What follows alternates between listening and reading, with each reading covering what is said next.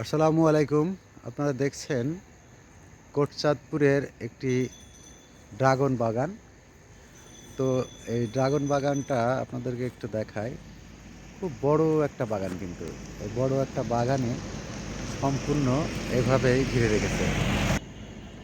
আলো দিয়ে যে পদ্ধতিটা এটা বলা হয় যে গাছের কাছ থেকে ফল চুরি করার মতো একটা বিষয়। আমরা বাঙালিরা আসলে খুব চালাক। তো সেই চালাকিটাই আমরা গাছের সঙ্গে করছি যে এই গাছ